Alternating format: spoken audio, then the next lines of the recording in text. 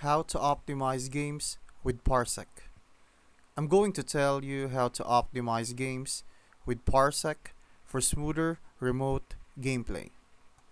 Parsec is known for its low latency streaming, but performance still depends on how you configure both the host and client sides.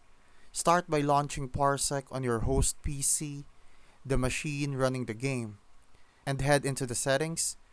Under the host tab, make sure your bandwidth limit is set high enough, around 20 to 30 Mbps for ideal 1080p gaming. Set your encoder to NVIDIA or AMD hardware acceleration if supported, as this drastically improves performance. In the Client tab, enable VSync and reduce resolution scaling if your internet isn't strong.